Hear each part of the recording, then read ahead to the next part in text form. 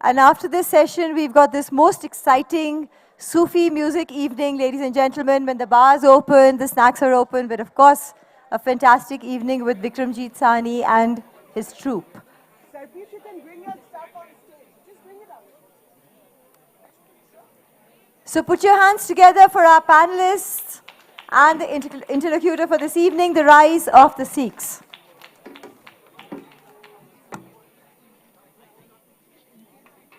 Good evening, ladies and gentlemen. Those of you who are not getting their book signed by Imtiaz Ali, please sit down. I can absolutely guarantee to you that this is a hugely interesting session with Sarbpreet Singh. So don't get entranced by all the Hollywood types and, get yourself a chair. Come on now, guys, everyone. I think we should get Imtiaz back into the hall. Okay.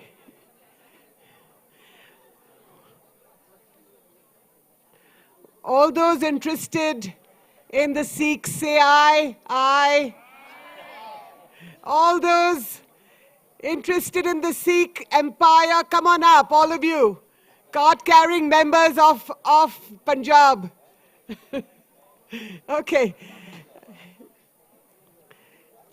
First of all, I'd like to thank the Kasoli Literature Festival, Rahul Singh and Nilofer, and Mandira Nair, one of my best friends in Delhi. My name is Jyoti Malhotra. I'm with the Tribune newspaper in Chandigarh, which means that I'm an import into Punjab, and it's been truly fascinating to read this book by Sarbpreet Singh. He's an author of several books, and the latest one not the latest one, but one of the ones that we're discussing today is called Cauldron, Sword and Victory, The Rise of the Sikhs. Mr. Singh has written a few books, one of them, the last one called The Sufi's Nightingale, which is about a Sufi saint in Lahore called Shah Hussain, and Shah Hussein's lover, if you like, called Madho Lal or Madho Hussain. And it's a beautiful story about these two Sufi saints or Sufi poets buried side by side in a beautiful grave in Lahore. But that's the Sufi's Nightingale. This one, a far more robust book, if you like, about the Sikhs, the 10 Sikh gurus, and the India of that period. So in a sense, it's a bit. Mr. Singh starts the book with 1708, when the last of the Sikh gurus is marching downwards to the south, and then he talks about the whole history. But I'm not going to give the book away. Let me introduce you, ladies and gentlemen, to Sarbpreet Singh. A big hand for the author. Mr. Singh lives in Boston. He has an amazing podcast on the Sikhs. He also sings beautifully, and I'm very proud to say that the last few minutes of our conversation today will be devoted to some wonderful music.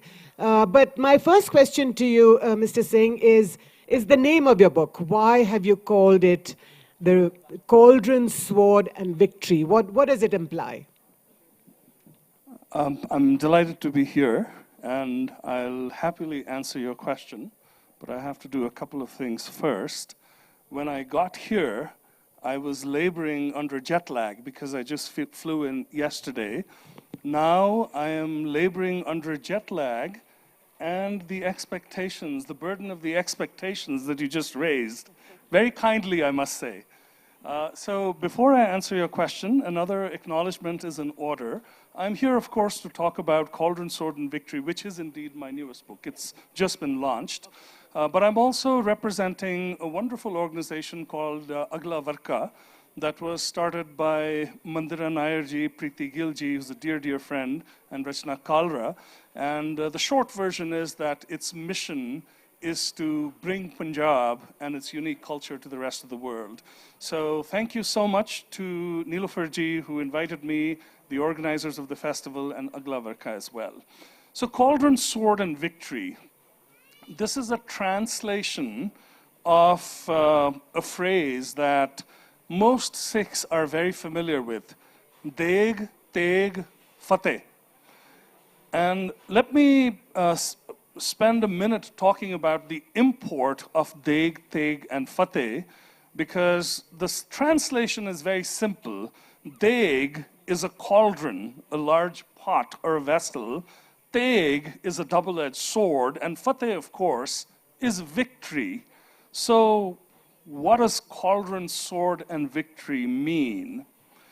The cauldron, or the Deg, is a representation of the principle of social justice that came to us from Guru Nanak himself, whose most well-known embodiment is the Sikh institution of langar. So langar, which now might seem nothing more than a convivial meal shared with a smile, is much, much more. It represents Guru Nanak Sahib's worldview. The Teg, the double-edged sword, most would associate with Guru Gobind Singh, or perhaps those who have a slightly more nuanced understanding of Sikh history with the Sikh Guru, Guru Har Gobind, who famously strapped on the twin swords of spiritual and temporal power, which we call Miri Piri in the Sikh context. To me, the Teg is nothing more than a physical representation of Guru Nanak Sahib's ideology of not standing up to tyranny. Guru Gobind Singh's kirpan is nothing but a physical manifestation of that. So then, what does the title really mean? It talks about how this compassion, this commitment to social justice, combines with the principle of opposing tyranny in all of its forms to bring us to victory.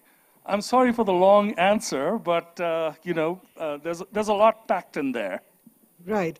So can I start by asking you, in a sense, your book is sort of retrospective, if you like. It starts with 1708, and then it goes backwards to the 15th century. So why do you adopt this sort of tactic, if you like? So the book most of the content of the book addresses the time between 1708, when Guru Gobind Singh Ji passed away, and 1780, when Ranjit Singh, later to be Maharaja Ranjit Singh, was born. So the revisiting of the past is very brief, and it's really a device to introduce a most colorful character who animates the first 3 chapters of the book, and that character is Baba Banda Singh, or Banda Bahadur as he is colloquially known.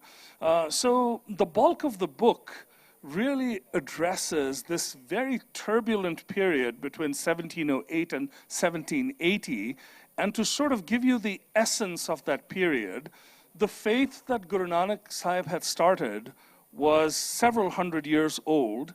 There were adherents literally all over the subcontinent and other parts of the world as well.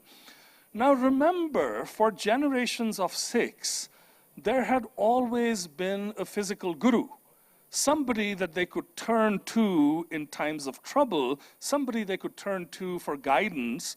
And now all of a sudden, in a certain sense, the Sikhs were orphaned, because when Guru Gobind Singh Ji passed away, he decreed that there would be no other physical gurus after him.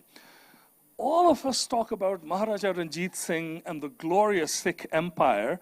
And by the way, the 3rd book in the series, which I'm writing right now, is about the rise of the Sikh empire. But the period between 1708 and 1780 that this book covers gets short shrift. And the reason for that is there is no one large heroic figure who kind of stitches the narrative of those 70, 80 years together.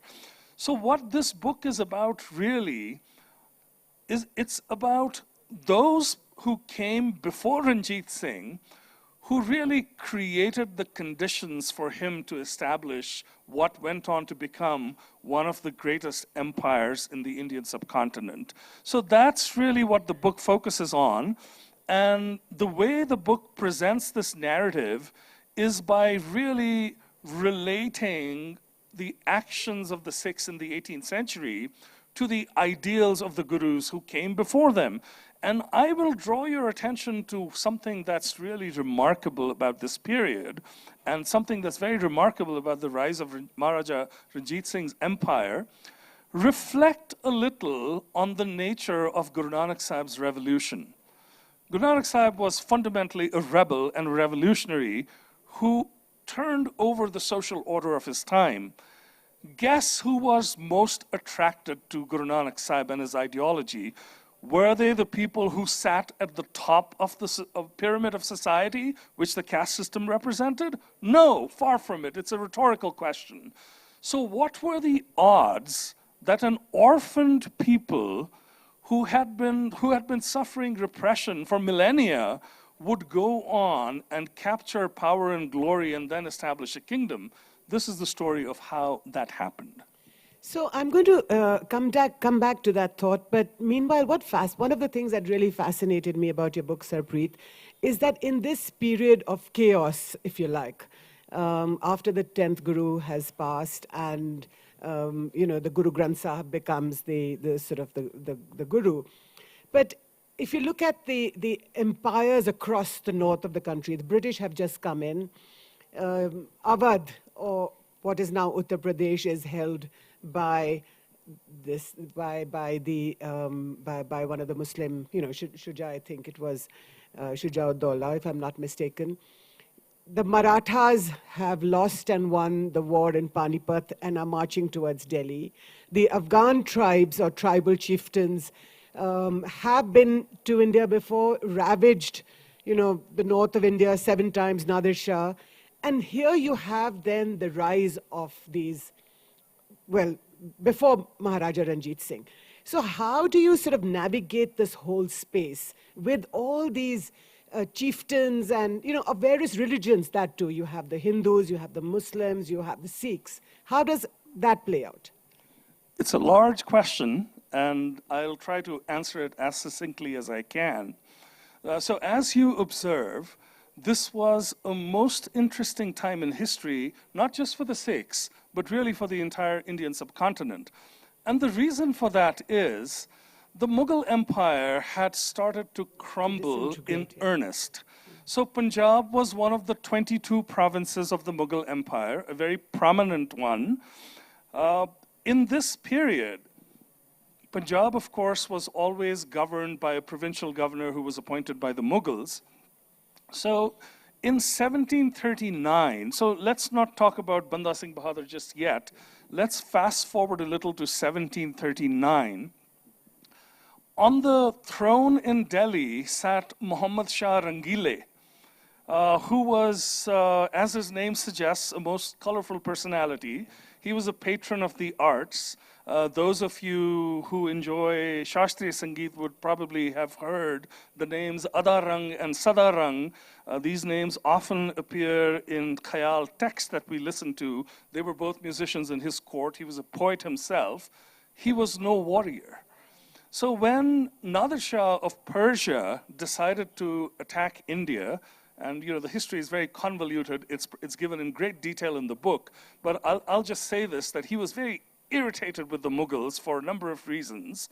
And the second thing was that his coffers were empty and India's wealth beckoned. So in 1739, Nadir Shah attacked India, broke the back of the Mughal Empire, which was already teetering because after the passing of Aurangzeb and then Shah Alam or Bahadur Shah, as the next emperor was known, you had a successor of very weak emperors. So as you observed, some of the most prominent provinces slowly started breaking away. Sadat Khan, who was of Persian extraction, established himself in Awadh, and he was succeeded by his nephew, and then finally by his son Shuja-ud-Dawla, who became the Nawab. Similarly, the Deccan hived itself off from the Mughal Empire, Bengal separated, and the Mughal Empire started breaking into little autonomous, semi-autonomous pieces. Punjab had a very interesting history. Particularly, Punjab had been racked by the rebellion of Banda Singh Bahadur, who had been commissioned by Guru Gobind Singh Ji himself to bring Nawab Wazir Khan of Sirhind to justice. And for those of you who are not familiar with the history, a very brief digression is in order. Sirhind was the second most important province in Punjab after Lahore. So Lahore was the principal city, Sirhind was the next one. Extremely wealthy, extremely powerful, governed by Wazir Khan, who had the Guru's younger sons bricked alive in a wall. So Banda Singh Bahadur was sent north to bring Wazir Khan to justice, which he did. And after that, he established a kingdom, and then he was brutally put to death by the forces of Bahadur Shah, led mostly by Abdul Samad Khan. So all of this had played out in the Punjab. There was a period of tremendous violence. And then you had a time where Punjab started to slowly descend into chaos. And the primary reason for that was Nadir Shah was assassinated, and one of his most capable lieutenants, an Afghan named Ahmad Shah Abdali, seized a lot of the treasure that had been looted from India and set up an independent kingdom in Afghanistan. During his lifetime, Ahmad Shah Abdali was to attack Hindustan 9 times. And you can imagine which land bore the brunt of his invasions. It had always been Punjab. So now you had this very important Mughal province, Punjab, which the weakened Mughal governance in Delhi had weak control over, and then you had these repeated invasions of the Afghans. In the course of one of these invasions, the province of Punjab was actually turned over to the Afghans. So it became a de facto Afghan province. Now the Mughals were not capable of governing Punjab. The Afghans had very little interest in doing so because their expeditions were mostly motivated by plunder. The fact that the Mughals couldn't control the Punjab and the Afghans didn't want to caused Punjab to descend into chaos, which created the perfect environment for the Sikhs to slowly start asserting their power. And this started happening in the post-1739 period, when you had a number of visionary Sikh leaders whose names are not that well known. The first one was Diwan Darbara Singh, and then he was followed by the legendary Kapoor Singh. So that was the sequence in which the Sikhs slowly started asserting their power over Punjab. Now, a couple of questions, Sarbpreet. The first one is, and perhaps this is informed by contemporary politics, where we talk about, and earlier this evening we've seen conversations around Hindus and Muslims and Sikhs. But if you look at Punjab or North India of that time, you have Wazir Khan, for example, employs, or one of his confidants or aides is a Hindu, within quotes, traitor, who he tries to use to attack Banda Singh Bahadur. So you have Hindu traitors, Muslim traitors, Sikh, heroes. You can say Sikh traitors as well. Well, but what I'm saying is that the betrayal or the treachery or the loyalty that people demand of each other doesn't have that edge of this sort of very strong religious flavor, if you like, or does it? So it's a very astute observation. I think to deconstruct this a little and to delve into this a little further, we have to sort of go back and understand the political climate of the times. The only guiding principle of that time was self-interest. It's as simple as that. Now, a lot of us will often ponder, and there are Sikh writers who tend to pour great scorn on the House of Patiala. And the reason for that is that Baba Ala Singh, who established Patiala from the so-called Fulkiya Misl, submitted to Ahmad Shah Abdali, as opposed to a lot of the other Sikh Sardars who fought Ahmad Shah Abdali. There are other instances. His grandson also submitted to Taimur Shah. So the question is, were all of these traitors? Now, in the first battle of that Ahmad Shah Abdali fought in Hindustan, in which he was defeated, was the Battle of Manupur. Raja Ishwari Singh was a Rajput king who fought with the Mughal forces against Ahmad Shah Abdali. But during the Battle of Panipat, a bunch of Rajput chiefs fought on the side of Ahmad Shah Abdali. Were they traitors? Were they terrible people?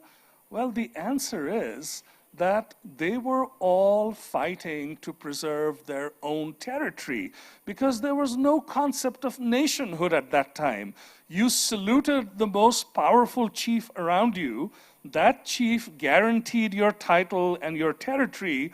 It did not matter a whit to anyone whether that chief was Hindu, Sikh, or Muslim. Why? Because everyone was worshipping at the altar of self-interest, which is certainly a very logical thing to do. I mean, how can you fault that? Yeah, that's really fascinating. And I have one last question, and then we'll open it up to the House. Through these decades of chaos, the music of the Guru Granth Sahib is alive and well.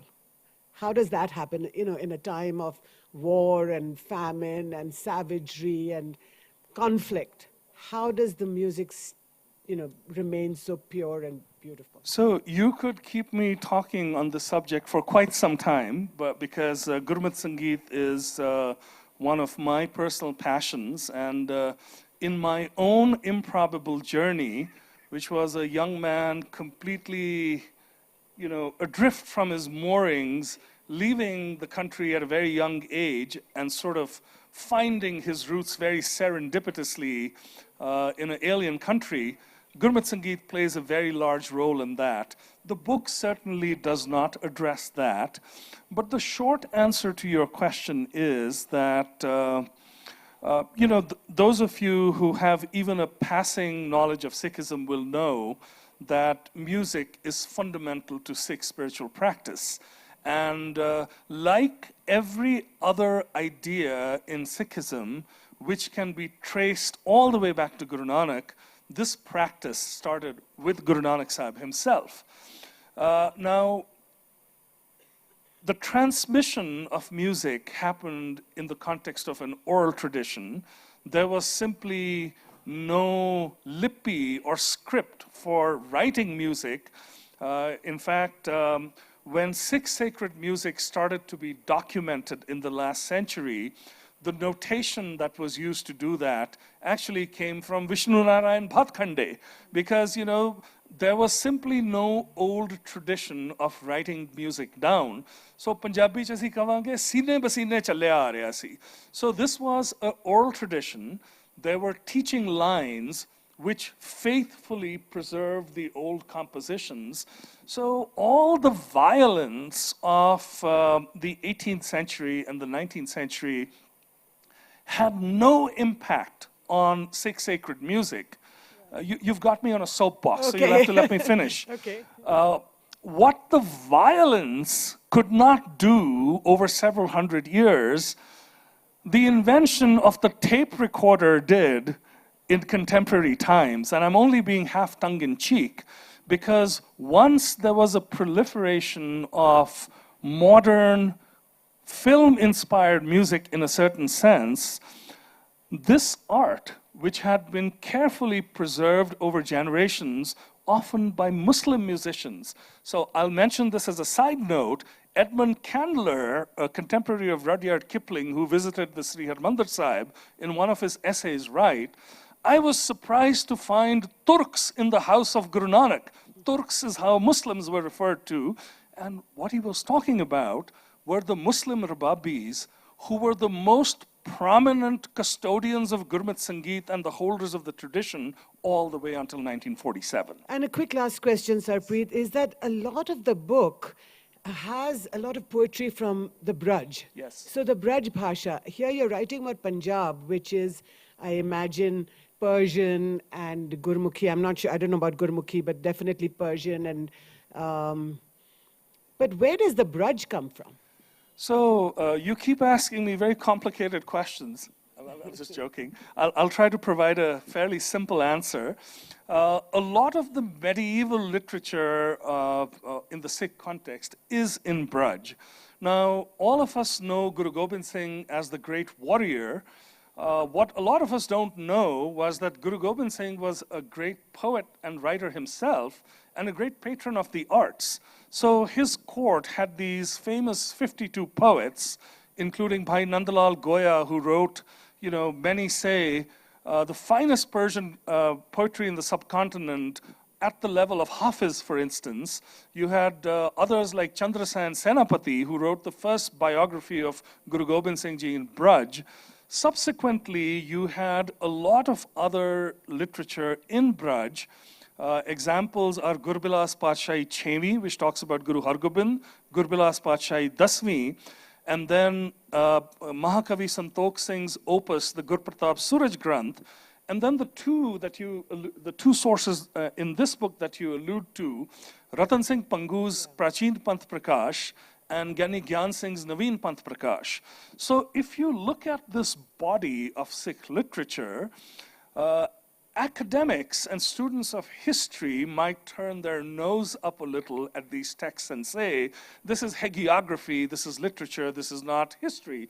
They may be right, but I will tell you this, the color with which these epics describe history is so fabulous. I mean, my translations, if they capture 10% of the essence of the original, I consider myself fortunate. So I would encourage those who have the time and the inclination to go seek these Braj texts out, and the reward will be fabulous. I can promise you that. Okay, so I'm going to open this up to the House. Any questions? Do introduce yourself. Yes, go ahead. The gentleman. Yeah.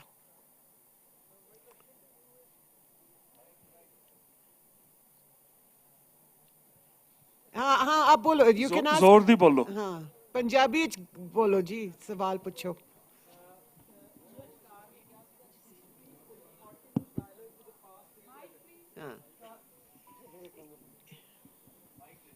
So my question to you is, E.H. Carr has said that history is in continuous dialogue with past and present.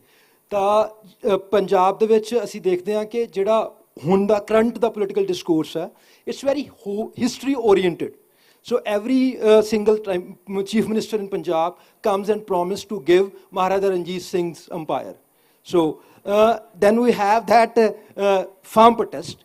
So Punjab has a very special kind of relationship with Delhi as a seat of establishment. And often we said the Delhi Darbar, when this farm protest happened, and yes, my question to you is, until this day, what the experience of the Sikhs, historical experience of Sikhs, do you see it as a vice and a virtue when they are reconciling with this modern idea of a nation state?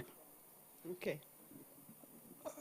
Today is the day for complicated questions. This one is particularly complicated. It is complicated. Suffice it to say that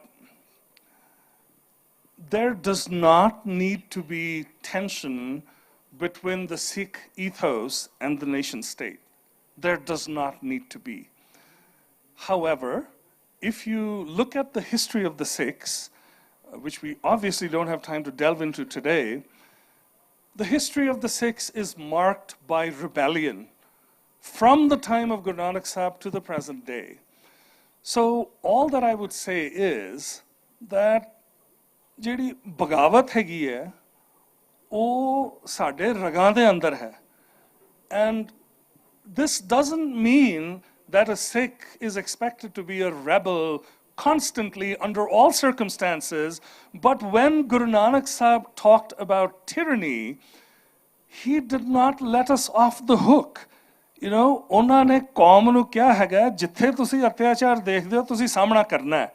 And you know, setting aside narrow political compulsions and differences, I would say, if I step back and look at the grand sweep of the history of the Sikh Qaum, if there is one thing that defines us, that's what it is. So To answer your question very directly, if a nation state does not indulge in tyranny, then the Sikhs will never have a quarrel with it. Any other questions? Any other questions for Sarbpreet? Yes, go ahead.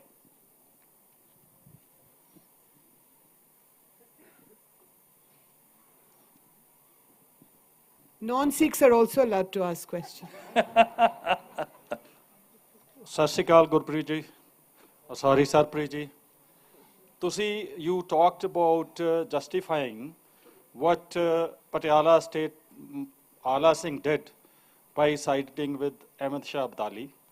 You said that was the time, and then you said that was justified that few Rajputs sided with Abdali, though there is a history in the Mughal this also. But how will you find this teaching and this justification when Guru Gobind Singh, as Guru Gobind Rai, lost his father at Chandni Chowk, he lost his mother, he lost his 4 sons, he lost his Panj Pyaras, and ultimately he sacrificed his own life for the cause. He never submitted to anybody. That is the example which we need to set, and not who sided with attackers or raiders. I want the answer. So either you misunderstand what I said, or you're trying to put words in my mouth, because that is definitely not what I said. What I said was that one has to understand the circumstances of that time. And if you are interested in my personal perspective on what the Sikh ethos is, you will need to read my books. Also, sometimes I think we look at history in the perspective of the present. And for us to rewrite history, for example, whether, the collaboration, if you like, within quotes, with Ahmed Shah Abdali, of even in 1857, much later, which is not part of your book, but there were the Sikhs who collaborated with the British, for example. But I think we have to learn from history and not rewrite it. But anyway, any other questions? Yeah, I'll just say yes, something. please. Go ahead, yeah. So I know I've spoken to Paji Sarbpreet. There was a seminar by General... Do tell us your name. I know everybody knows you, but still, for the rest of us. My name is Gurpreet. Hi, Gurpreet. So while he's spoken about this, that the self-interest was one of the reasons that the missile sardars actually came into being. But I don't think, because when I was doing a little bit of history on the missiles, missile is an Arabic, a Persian word, which means equal. And I think what probably guided the Sikhs of that time, in the turbulent times when we had a price on our heads, we were living in jungles, we attacked... Gurpreet, I'm so sorry, but there needs to be a question because we're running short What of I'm time. saying is that I would much rather that actually it was the teachings of the Guru Granth Sahib, and not so much the self-interest that guided the Sikhs into taking us from Deg, Teg, Fateh, into taking us into that path.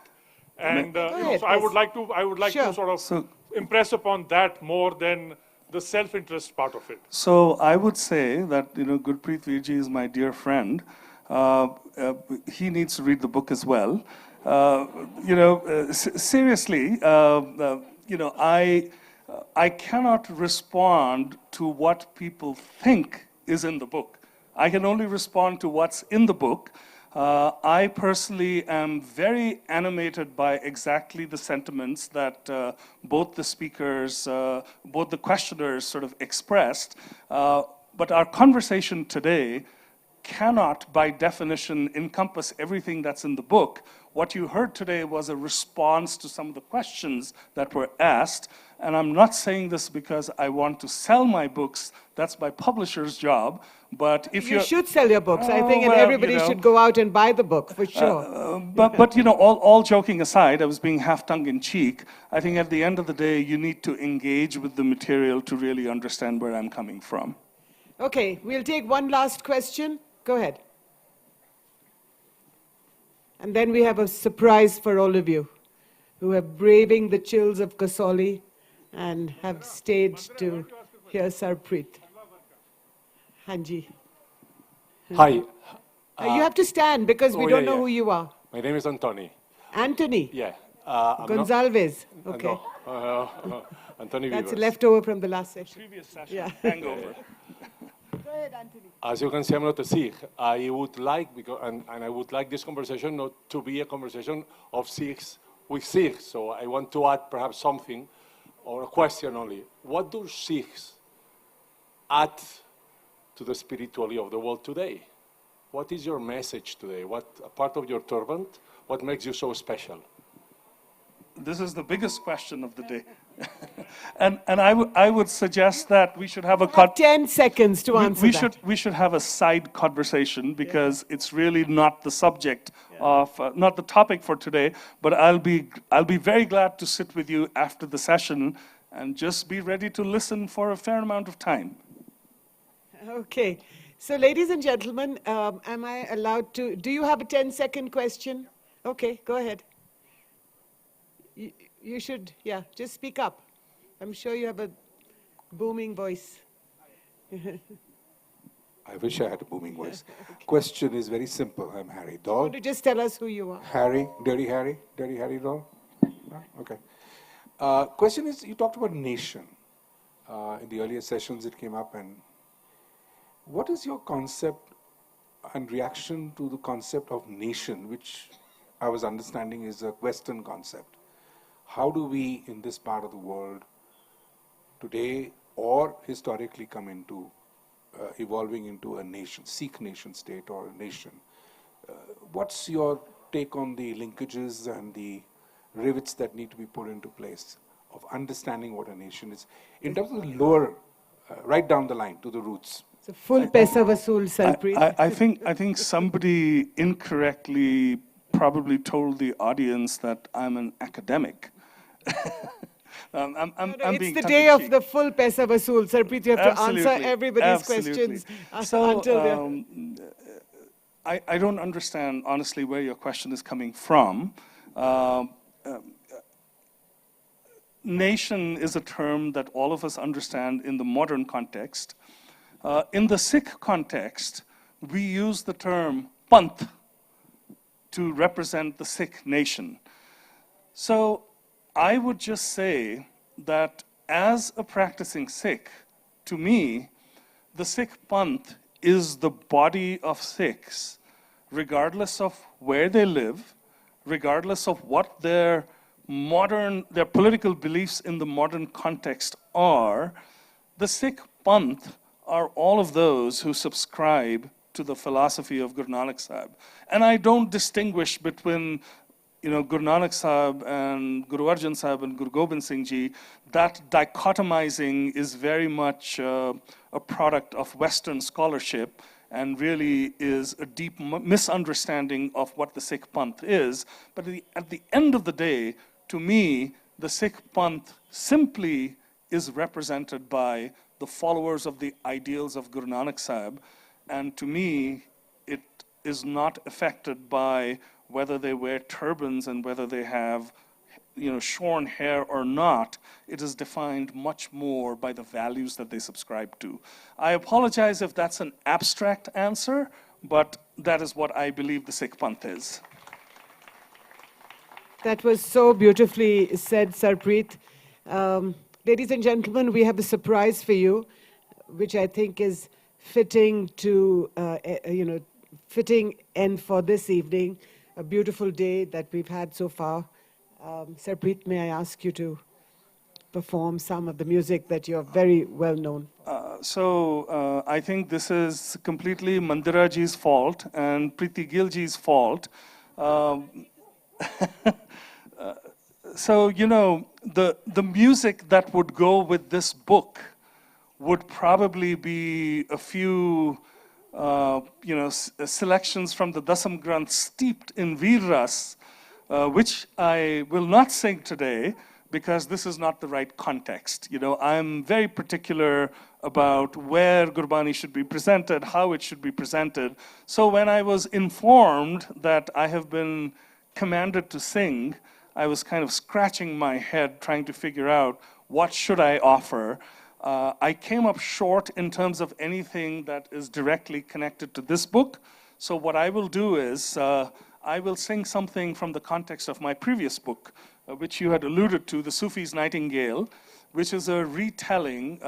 So, you know, I'm an Amritdhari Sikh. I'm very, very attached to my faith. Obviously, I really love Gurmat Sangeet, but I do have other interests as well. Sufism is one of them. My previous book is a retelling of the life of Shah Hussain. Those of you who enjoy Punjabi poetry have no doubt heard his name. So I'm going to sing a couple of lines from two compositions, both of which appear in translation in my book, and both of which were recently presented in the musical version of the play that I put up in Boston literally a couple of days before flying here. Now, the tech team was going to give me a stand to put the mic on. Is there a stand? Yeah? Okay. Hanji, stand de dijiye. Okay.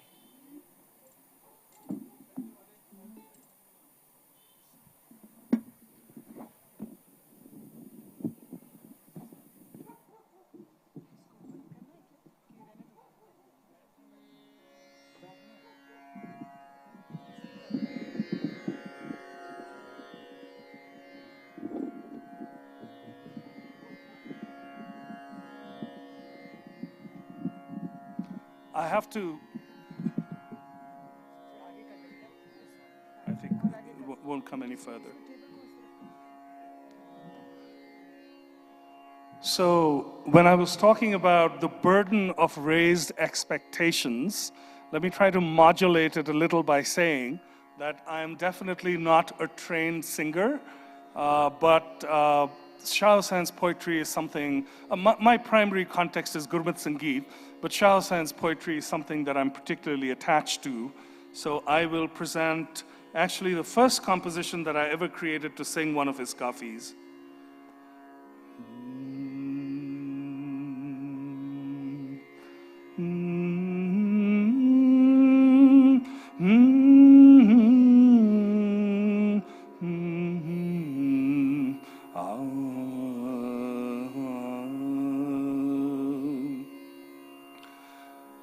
दर्द विछोड़े दा हाल दर्द विछोड़े दा हाल मायनी मैं Keanu आखां दर्द विछोड़े दा हाल मायनी मैं Keanu आखां Mayani मैं Keanu आखां Mayani मैं कैनू आखां मायनी मैं कैनू आखां दर्द विछोड़े दा हाल मायनी मैं कैनू आखां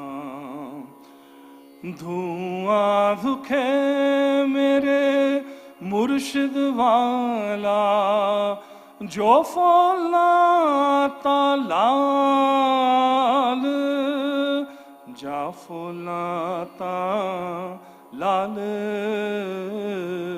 मायनी मैं Keanu आखां. And now the two lines that made me fall in love with Shah Hussein's poetry.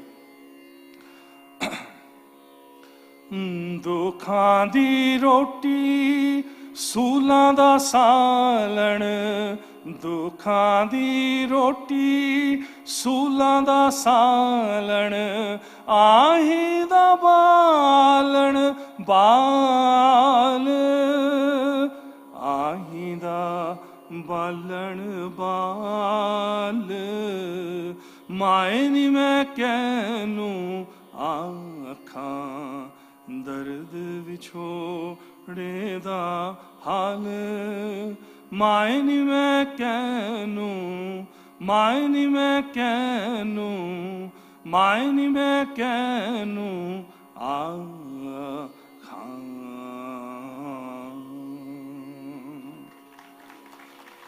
Thank you. So, a quick show of hands. How many of you have heard of a poet named Ras Khan? A few. I'm delighted to hear that. So this second piece, I'm not going to sing the full poem. It's just a couple of lines. So Ras Khan was a contemporary of Shah Hussain. His name was Sayyid Ibrahim Khan. And it's said that at one point, he had a vision of the baby Krishna. So he traveled to Vrindavan and he became a devotee of Krishna and was known as Ras Khan from then on. He would put on women's clothes and he would dance in front of Krishna's idol. And his poetry is some of the most beautiful that I've encountered. So this was in my book in translation and in my play. And I'm singing a couple of lines from it because the notion of a Sikh singing an ode to Krishna composed by one Sayyid Ibrahim Khan appeals to me.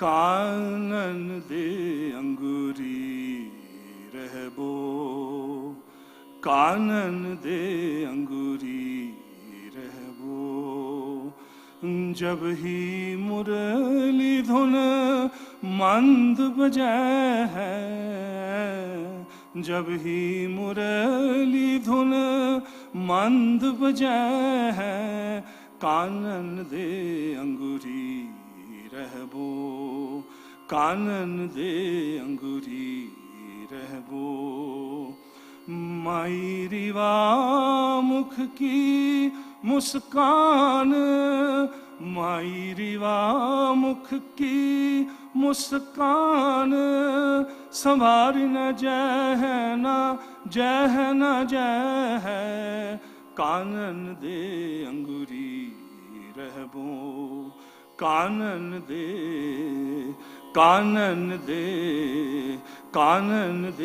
अंगूरी रहबो.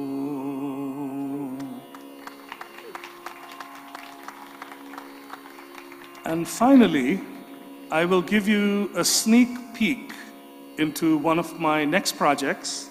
I'm not going to tell you anything about it. Those of you who are familiar with this will get it.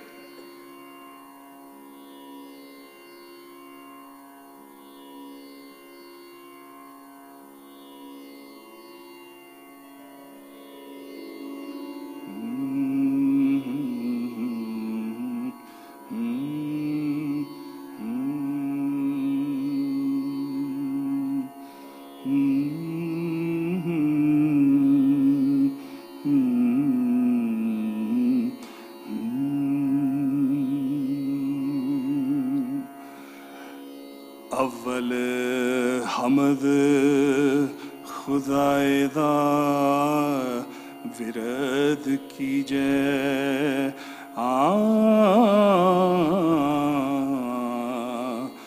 इश्क कीता सो जगदा मूल मियां